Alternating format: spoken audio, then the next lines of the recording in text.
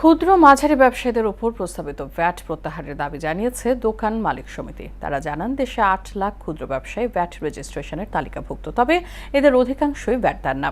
এটা বন্ধ করা গেলে অন্যদের ওপর করারোপের প্রয়োজন হবে না। দুপুরে রাজধানীতে এক সংবাদ সম্মেলনে এসব তথ্য জানান সংগঠনের সভাপতি মোহাম্মদ হেলাল উদ্দিন। এমদাদুল হক খানের প্রতিবেদন। আজকে সাংবাদিক সম্মেলনটা আমরা করছি।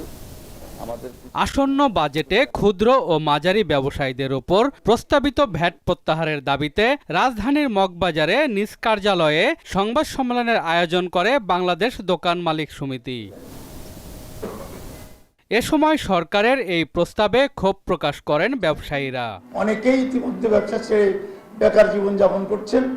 আমি মনে করি এখন যদি আবার এই ধরনের চাপ সৃষ্টি করা হয় তাহলে আরো নতুন করে বেকারত্বের মাত্রা অনেক বেড়ে যাবে।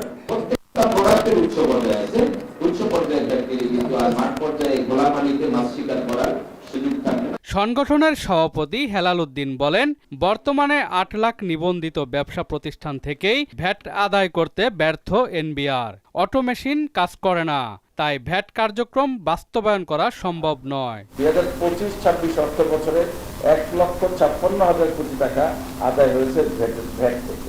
এর মধ্যে এলটিইউ ভুক্ত 109টি প্রতিষ্ঠান প্রায় 60% ভ্যাট প্রদান করে। তিনি বলেন, ভ্যাটের মূলনীতি হলো তা প্রদান করবে ভোক্তা, ব্যবসায়ীরা কালেক্টরের ভূমিকায় থাকবে। বর্তমানে গৃহীত এই সিদ্ধান্তটি ভ্যাট আদায়ের সঙ্গে সাংঘর্ষিক। মূলনীতি হচ্ছে ভ্যাট প্রদান করবে ভোক্তা, ব্যবসায়ীরা কালেক্টরের ভূমিকায় থাকবে।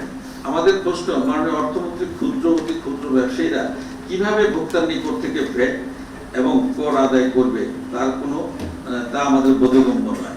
আয়কর আইনের ধারা 216 অসম্মানজনক ও নিপীড়নমূলক বলে মন্তব্য করে এই ব্যবসায়ী নেতা বলেন, বর্তমানে ব্যবসার অবস্থা খুবই খারাপ।